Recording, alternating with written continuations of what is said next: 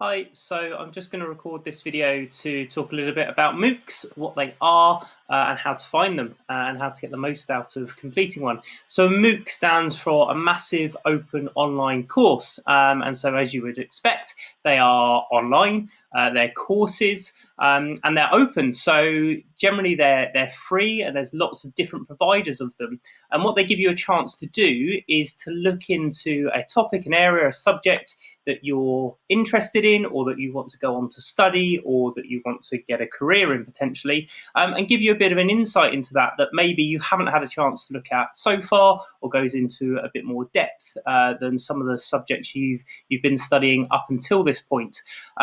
There's obviously lots of benefits to doing it. So if you've already signed up to a course, you know you're going on to a university course, then it might be worth having a look at an introduction to that course, so you're not starting from scratch when you start your university courses. If you're looking to get into a career in that particular subject, then again, it might make you stand out. You can put these courses on your CV or your application if you're applying for jobs, and you can then talk about that, and that might set you apart from someone who says that they're interested in the subject but actually has done nothing about finding more information about that. Or at the very basic, it gives you more information about things that you could be interested in. So you might want to set up your own company, and there will be MOOCs for things like entrepreneurship or starting your own business. And so it will give you a genuine insight into these things.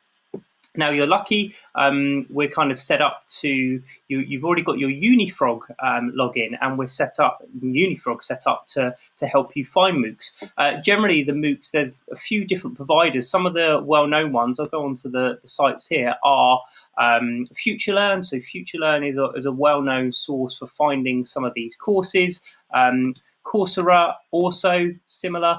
They've got lots of different courses on there, different topics from different providers and different universities that you can find on there. And as well, the Open University and their Open Learn platform has got access to MOOCs. But the way that you should probably be looking to find it is through Unifrog, because you've already got that all set up and it's nice and easy to do. So if you log on here, obviously I haven't made much progress here because this is a student view, but if you scroll down, there is a particular MOOC section. So if you go on to that, and it lets you look at lots of different courses. So you click through into next, and here, this is really helpful because it helps you filter. So you can filter it down if you're so interested in doing an algebra MOOC. Probably not for me, to be honest, then you can click into that there. Funnily enough, I've gone for psychology, so the topic that I've picked is psychology there. But you can pick multiple, and it will come up with lots of the different ones that you're potentially interested in.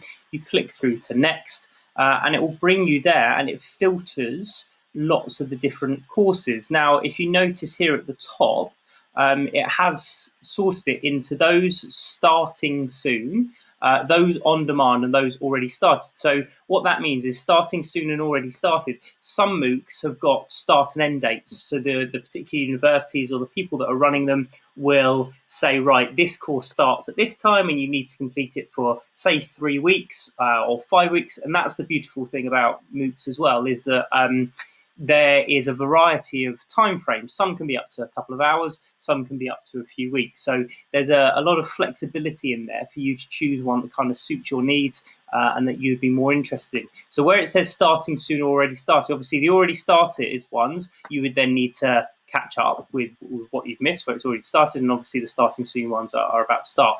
On demand just means you can start anytime. So that's really positive as well, because then it's down to you when you start, the progress you make, how fast you go through it. So it's really kind of individualized.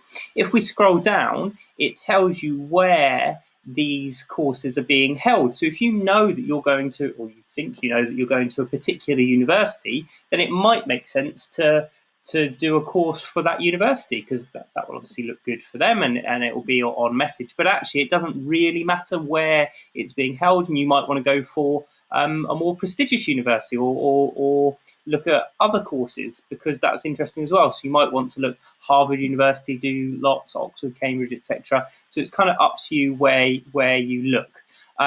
So an area that I'm potentially interested in is positive psychology. That's what I looked at when I was studying, and I know that the University of Pennsylvania is really good for positive psychology. So again, that might be something that interests you. So you're going with the universities where you know the content's going to be good. If I click into that, that lets me select it, and so that's the one course. You can obviously click many more,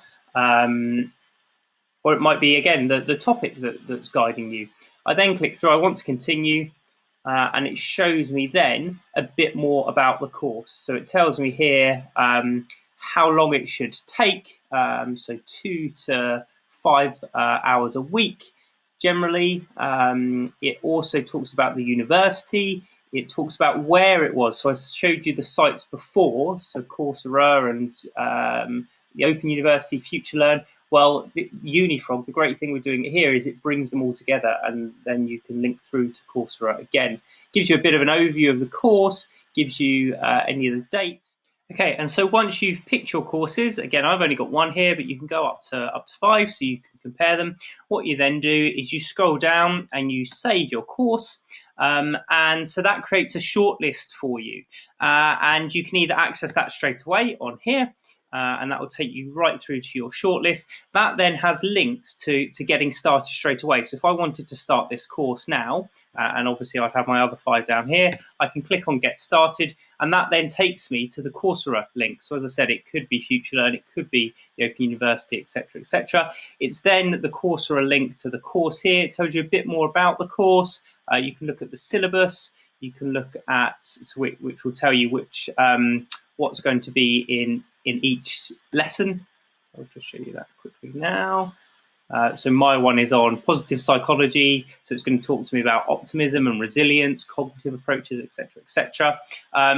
You've also then got reviews, and you can look at that, frequently asked questions. But if you see here, it's then got the enroll for free. You're probably going to have to sign up to the different institutions, either Coursera, FutureLearn, etc., etc. But again, it's told you already it's free. You can use your college email address and sign up for it in here.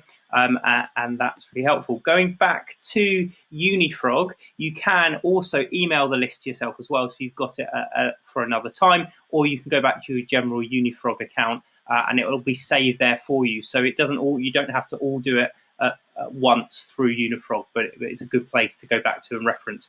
Also, these might be worth looking at. So I know I've spoke about a little bit what MOOCs are, but there's another video there which talks about that, some of the benefits again, and then talking about the costs. Some of them courses do ask for payment for the certificate. You don't necessarily need that.